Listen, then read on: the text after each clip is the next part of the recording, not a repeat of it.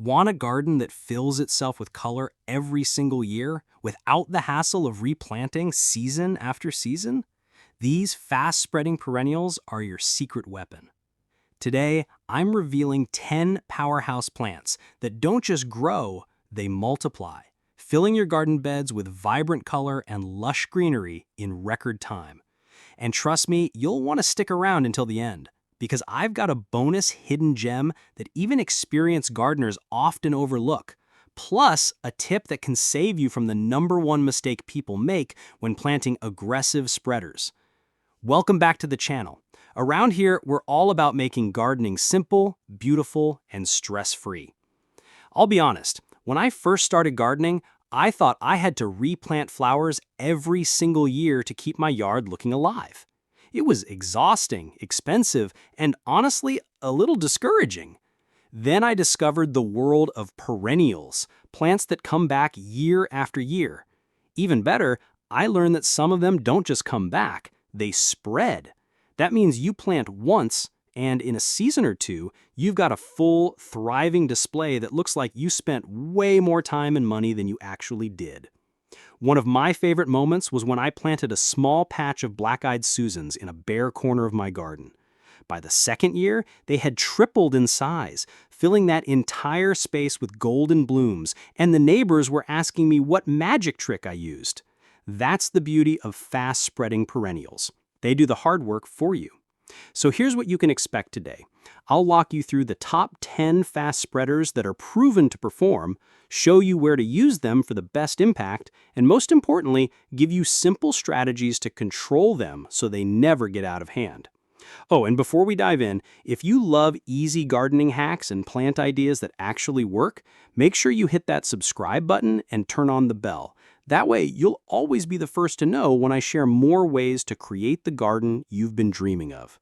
By the end of this video, you'll be able to design a garden that looks full, colorful, and effortless without spending a fortune or replanting every spring. Sound good? Let's jump into the list. All right, let's kick things off with one of the most charming and surprisingly powerful spreaders out there, Lily of the Valley. Now, at first glance, this plant looks sweet and innocent. You've probably seen its tiny, bell-shaped white flowers nodding gracefully on slender stems in late spring. They look delicate, almost fragile, and they have this enchanting fragrance that can perfume an entire corner of your garden. But don't be fooled by their dainty appearance. This plant has serious underground muscle. Lily of the Valley spreads through rhizomes, which are like underground runners. Plant a few roots today, and in just a couple of seasons, you'll have a lush carpet of green leaves and blooms filling out shady spaces where many other plants refuse to grow. It's basically nature's ground cover solution for problem areas. The best part? Lily of the Valley thrives in partial to full shade, making it perfect under trees, along fences, or in those cool corners where you want something low maintenance but show-stopping. It's also hardy across a wide range of zones, so chances are you can grow it successfully where you live. Now, a quick tip. Because it's such a vigorous spreader, you'll want to give it boundaries.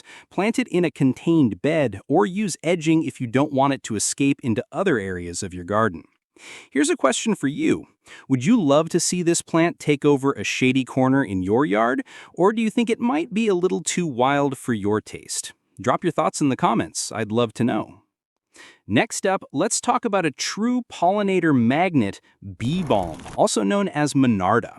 This perennial is like a party invitation to every bee, butterfly, and hummingbird in the neighborhood. When it blooms in midsummer, you'll see bold, firework-like flowers in shades of red, pink, purple, or even white. It's not just a plant, it's a living centerpiece that brings your garden to life. Bee balm spreads through underground runners, so once you plant a patch, it naturally expands outward, filling more and more space each year. That makes it an excellent choice if you want to create big, colorful drifts without constantly buying and planting new flowers. For growing conditions, bee balm loves full sun but can tolerate partial shade, especially in hot climates. It does best in moist, rich soil, and it's hardy in zones 3 through 9, which covers a huge range. That means whether you're up north or down south, you can likely enjoy this perennial powerhouse. A quick tip for bee balm, it can sometimes get powdery mildew, especially in humid summers.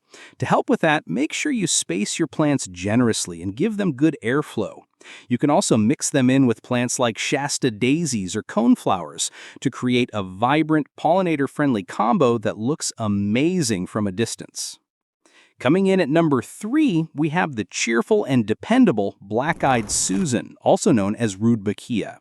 If you've ever driven by a meadow glowing with golden yellow blooms in late summer, chances are you've spotted these beauties. They feature sunny petals surrounding a dark brown or almost black center, hence the name Black-Eyed Susan. They add such a classic cottage garden vibe to any space, and once they're established, they just keep on giving. What makes them spread so well is their habit of self-seeding. A single plant can produce countless seeds, and those seeds don't waste any time finding new spots in your garden to grow. Year after year, you'll see more and more of them filling out beds, borders, and even naturalized areas if you let them. In terms of growing conditions, black-eyed Susans are incredibly tough. They thrive in full sun, love well-draining soil, and are hardy in zones 3 through 9. They're also drought tolerant, which means once you get them going, they'll handle the summer heat without a problem. Here's a quick tip. If you want to encourage an even bigger display the following season, let some of the flowers go to seed at the end of the summer. But if you'd rather keep things tidy and limit how far they spread, just deadhead the blooms before the seeds mature. So let me ask you this. Do you prefer letting your garden go wild and natural with flowers spreading everywhere? Or do you like to keep things neat and under control? I'd love to hear how you handle plants like this in the comments. Now let's talk about one of the most striking and sometimes controversial fast spreaders, Gooseneck loosestrife, or Lysimachia clethoroides. This plant is instantly recognizable thanks to its unique flower spikes. Each bloom curves gracefully at the tip, resembling, you guessed it, the neck of a goose. These elegant white plumes appear in mid to late summer, and when planted in groups, they create this flowing, almost whimsical look in the garden. But here's the thing. Gooseneck loosestrife spreads very aggressively through underground rhizomes. Give it a little space and it'll take a lot. Some gardeners love that. It's perfect for filling large areas quickly. But others consider it too pushy, even invasive depending on where you live. As for growing conditions, it does best in full sun to partial shade, and it thrives in moist, well-draining soil. It's hardy in zones 3 through 8, so it covers much of the country. If you've got a slope or a wide open space you'd like covered with something dramatic, this plant is your friend. Here's a quick tip. Plant it in a contained bed or use barriers in the soil to control its spread. Otherwise, it might wander farther than you intended. Next on our list is one of my personal favorites for vertical drama in the garden, the obedient plant, also called Physostegia virginiana. Now, don't let the name fool you. It's called the obedient plant because when you push its individual flowers to the side, they'll actually stay in place for a little while, almost like they're obeying you. Pretty fun, right? But when it comes to its growth habit, this perennial can be anything but obedient. Obedient plant produces tall, elegant spikes of pink, purple, or sometimes white blooms that appear in late summer into fall, just when many other flowers are starting to fade. These blooms are loved by pollinators, especially hummingbirds, which can be such a joy to watch. What makes it a fast spreader is its vigorous rhizome system. It sends out underground runners that quickly pop up new shoots, and before you know it, a small clump can turn into a sizable patch. This makes it a fantastic choice if you want a striking vertical element in a border or a naturalized area, but it also means you'll need to keep an eye on it. In terms of growing conditions, the obedient plant loves full sun to partial shade and thrives in moist, well-draining soil. It's hardy in zones 3 through 9, so it's a versatile option for many climates. Here's my quick tip. If you don't want it to take over, plant it in a spot where it has defined boundaries, like next to a pathway, a fence, or even in large containers that you sink into the ground. That way you get all the beauty without the chaos. So let me ask you, do you enjoy plants that surprise you with their energy and spread, Or do you prefer perennials that stay politely where you plant them? Tell me your style in the comments. I'm curious if you're more of a wild garden person or a tidy beds gardener. Moving on, let's talk about one of the toughest and most reliable perennials out there, Yarrow, or Achillea millefolium. This plant has been cherished for centuries, not just for its beauty, but for its medicinal uses throughout history. But in the garden, it's beloved because it's a true workhorse. Yarrow produces flat clusters of blooms, usually in shades of yellow, pink, red, or white, and its fern-like foliage adds a soft, feathery texture that looks beautiful even when it's not in bloom. Yarrow spreads in two powerful ways, first through rhizomes, and second by self-seeding. Once it gets comfortable in your soil, you'll notice new clumps forming around the parent plant, and in just a couple of seasons, it can create wide drifts of color with very little effort on your part. The best part? Yarrow thrives in conditions where many plants would struggle. It loves full sun, tolerates poor or sandy soils, and once it's established, it's extremely drought tolerant. That makes it an excellent choice for low-water gardens, prairie-style plantings, or even tough roadside areas. It's hardy in zones 3 through 9, which makes it accessible to most gardeners. Now, here's my tip. If you want continuous blooms, deadhead the flowers once they fade. This not only tidies up the plant, but also encourages a second flush of color later in the season. And if you're worried about it spreading too much, don't let the flowers go to seed.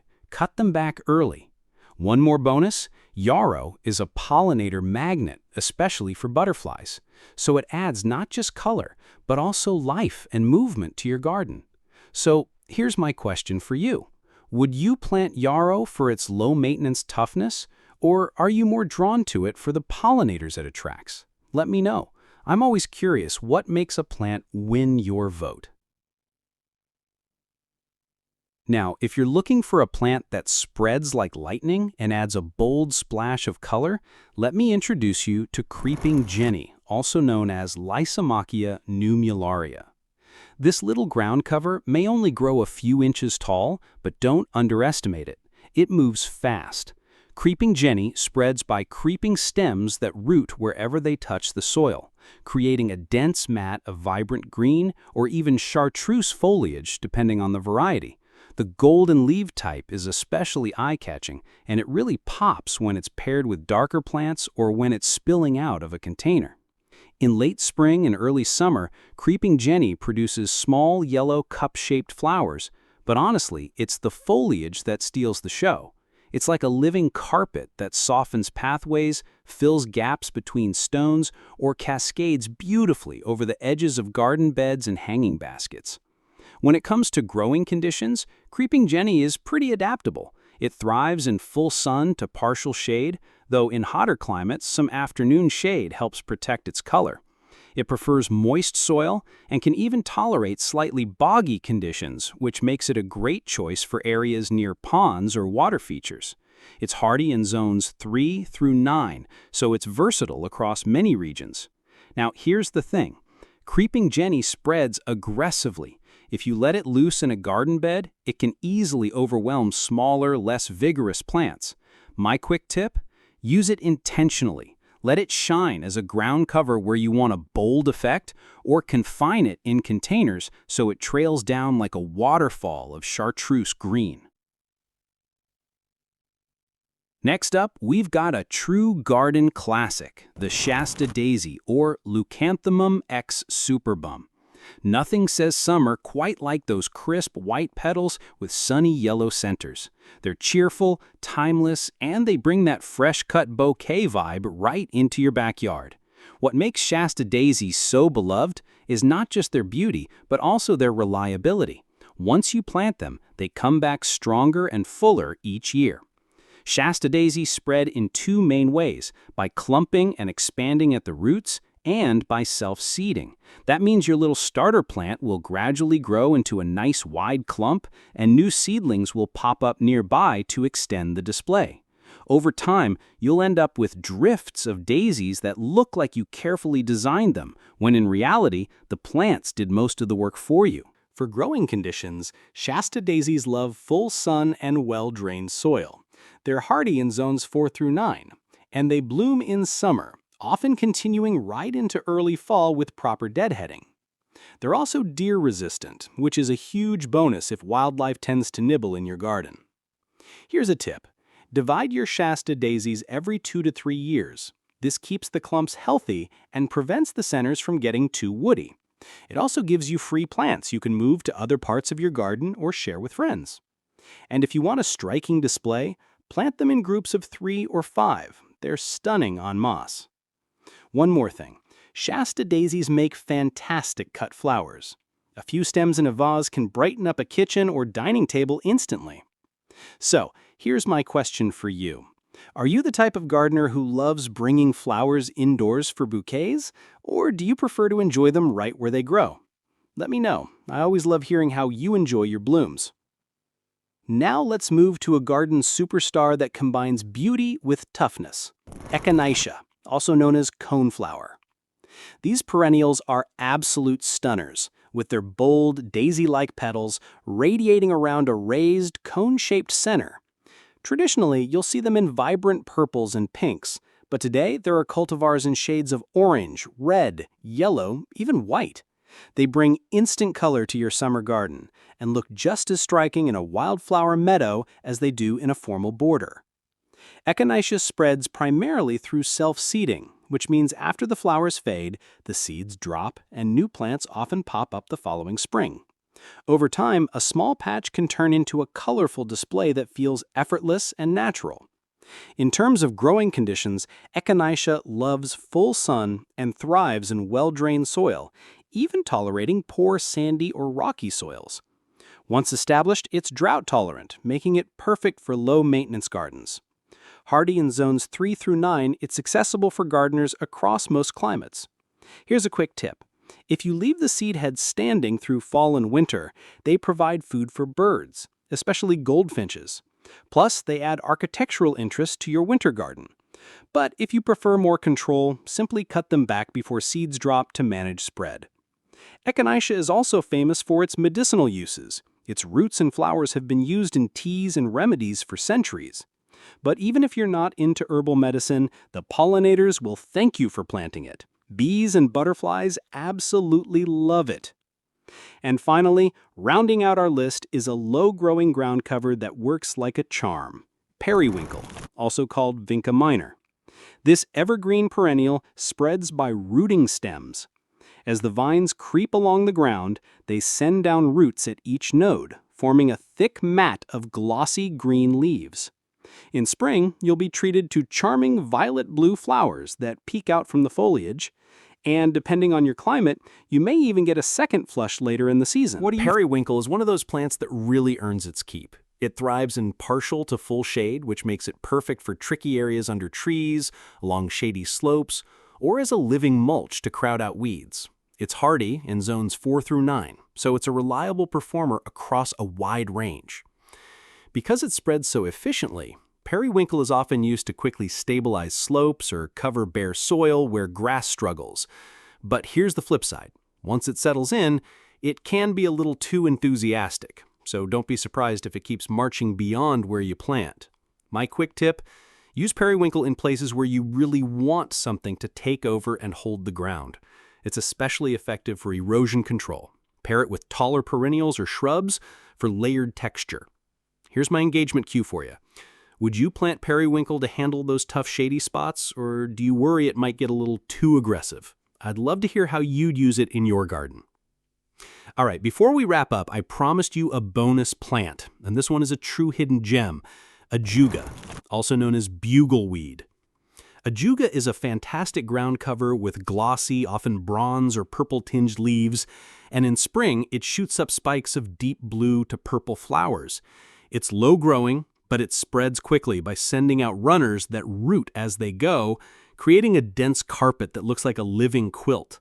What I love about Ajuga is that it provides interest all year round. The foliage stays attractive even when it's not blooming. It's perfect for shady areas, under trees, or as a filler between stepping stones. It's hardy in zones 3 through 9, which means most gardeners can enjoy it. Here's my tip. Ajuga can be a bit enthusiastic in how it spreads, so use it where you want a strong ground cover.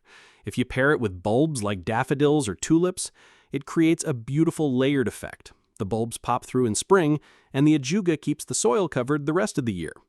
Now, let's step back and talk strategy for a second, because planting fast spreaders is one thing, but designing them to give you color all season long is where the real magic happens. Here's how you can layer them. Spring, start with lily of the valley or Ajuga for early blooms and ground cover. Summer, let bee balm, black-eyed Susans, and Shasta daisies take center stage. Their bold colors will carry your garden through the warmest months.